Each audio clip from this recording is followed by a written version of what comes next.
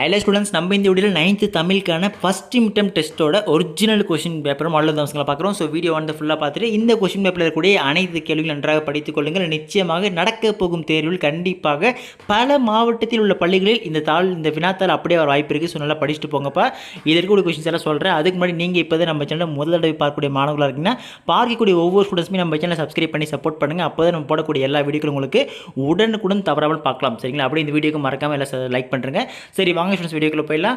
So first வந்து பார்த்தீங்கன்னா அனைத்து வினாக்களுக்கும் விடையிலே பொறுத்த வரைக்கும் ஃபஸ்ட் ஒன் தமிழ் விடு தூது டேஷ் என்னும் இலக்கிய வகையை சேர்ந்தது. செகண்ட் ஒன் காலம் பிறக்கும் முன் பிறந்தது தமிழே, எந்த காலமும் நிலையாய் இருப்பதும் தமிழே, இவ்வடிகளில் பயின்று வரும் நயங்கள் யாவை. தேர்ட் ஒன் சிந்தாமணி என்பதன் இலக்கண குறிப்பு கூறுக. ஃபோர்த் ஒன் உலக தாய்மொழி நாள் எப்போது கொண்டாடப்படுகிறது. ஃபிஃப்த் ஒன் நீர்நிலைகளோடு தொடர்பில்லாதது எது. சிக்ஸ்த் ஒன் மல்லல் மூதுரு வயவெந்தே கோடிட்ட சொல்லின் பொருள் என்ன. செவன்த் ஒன் புறநானூறு எந்த நூல்களில் ஒன்று. ஓகேங்களா? ஸோ இதுக்கப்புறம் நெக்ஸ்ட் பகுதி 2பா. ஸோ எவன் 4 வினாக்களுக்கு மட்டும் விடையளிக்க பொறுத்த வரைக்கும் எய்த் ஒன் விடைக்கேற்ற வினா அமைக்க. ஸோ அலைப்படை 2 வகைப்படும். நெக்ஸ்ட் நீர் என்று அமையாத உலகு என்று கூறியவர் திருவள்ளுவர். ஸோ இதுக்கான கொஷின்ஸ் நீங்கள் இது பண்ணுங்கள். 9th ஒன் கன்னி என்பதன் விளக்கம் யாது. 10th ஒன் தென் திராவிட மொழிகள் ஏதேனும் 4 எழுதுக. 11th ஒன் கூவல் என்று அழைக்கப்படுவது எது. 12th ஒன் மணி நீரும் மண்ணும் மலையும் அணிநிற காடும் உடையது அரண், இக்குறள் கூறும் நாட்டின் அரண்கள் யாவை. 13th ஒன் தொடரே பழமொழி கொண்டு நிறைவே செய்யப்பா. இளமையல் கல்வி டேஷ் கற்றோருக்கு சென்ற டேஷ். ஓகேங்களா? ஃபில் பண்ணுங்கள்.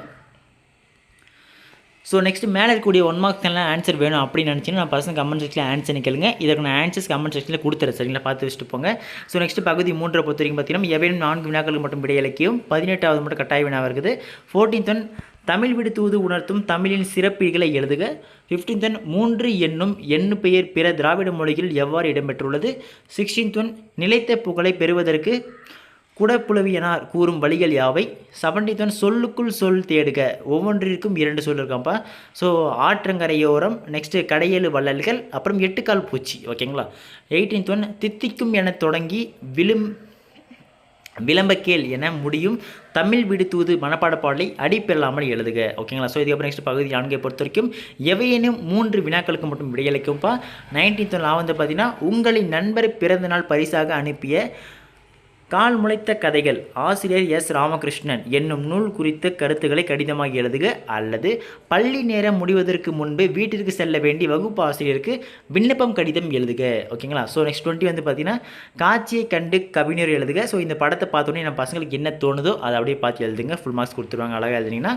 நெக்ஸ்ட் 21 வந்து பார்த்தீங்கன்னா என் பொறுப்புகள் கீழே கொடுக்கப்பட்டுள்ள தொடரை போற்று மேலும் 4 தொடர் அமைக்க. ஓகேங்களா? ஸோ வந்து தண்ணீரை சிக்கனமாக பயன்படுத்துவேன். நெக்ஸ்ட் வந்து பார்த்தீங்கன்னா அந்த மாதிரி கேட்டிருக்காங்க. நீங்கள் சொந்தமாக ஓனாக எழுதுறது தான். ஸோ இந்த மாதிரி எழுதுங்க. ஃபில் பண்ணுறேங்க. 22 பொறுத்த வரைக்கும் பொன்மொழிகளை தமிழில் மொழிபெயர்த்து எழுதுக. ஓகேங்களா? So sunset is still my favourite colour and rainbow is second மேட்டை ஸ்டெப்னைக் சொன்னது. Next and early morning walk is a blessing for the old day. இது வந்து பார்த்தீங்கன்னா ஹென்ரி டேவிட் தோரோ சொன்னது. ஸோ இது வந்து தமிழ் மொழியில் வந்து மொழிபெயர்க்கணும். சரிங்களா? ஸோ இது ஒரு பகுதி 5பா. ஸோ விரிவான விடையலை. ஸோ இதை பார்க்கறதுக்கு முன்னாடி நான் பசங்களுக்கு முக்கியமான சந்தேகம் வரும், அதை மட்டும் கிளியர் பண்ணிடுறேன். என்னென்னா அதாவது ப்ரோ எங்கள் எல்லாருக்குமே இந்த கொஸ்டின் பேப்பர் தான் வருமா அப்படின்னு கேட்பீங்க. தெளிவாக சொல்லிடுறேன். நம்ம தமிழ்நாட்டில் பொறுத்த வரைக்கும் ஒவ்வொரு மாவட்டத்திற்கும் மாவட்டம் வாரியாக வினாத்தாள் அதாவது கொஸ்டின் பேப்பர் வந்து மாறுபடும். ஸோ அதனால் கண்டிப்பாக இந்த கொஸ்டின் பேப்பர் 1லிருந்து 4 மாவட்டத்துக்குள் கண்டிப்பாக பல மாவட்டத்தில் வர வாய்ப்பு இருக்கிறது.